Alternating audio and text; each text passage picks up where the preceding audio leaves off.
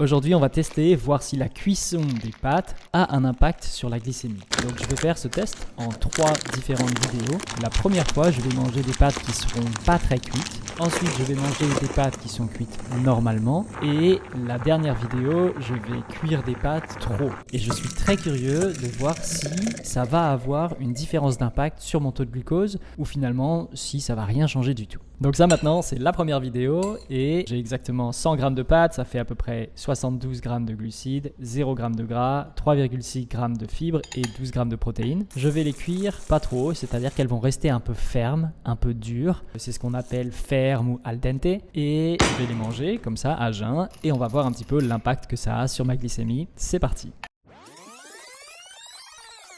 Ok, ça fait maintenant 2 heures que j'ai mangé mes pâtes fermes, donc qui étaient un peu dures, un peu croquantes. Et on va regarder sur le glucomètre qui est juste ici, voir un petit peu l'impact que ça a eu sur mon taux de glucose. Et souvenez-vous de vous abonner pour voir le résultat des pâtes que je vais cuire un petit peu plus et ensuite des pâtes que je vais carrément trop cuire pour voir si vraiment ça a une différence. Sur ce graphique, on voit quand même que finalement ça n'a pas eu un énorme impact, moins que ce que je m'attendais pour 100 g de pâtes. Ça a fait un pic d'à peu près 40 mg par décilitre. Donc je suis vraiment très curieux de voir si avec les pâtes cuites normalement et ensuite les pâtes trop cuites, ça va vraiment être très différent. À demain pour les prochaines vidéos du coup.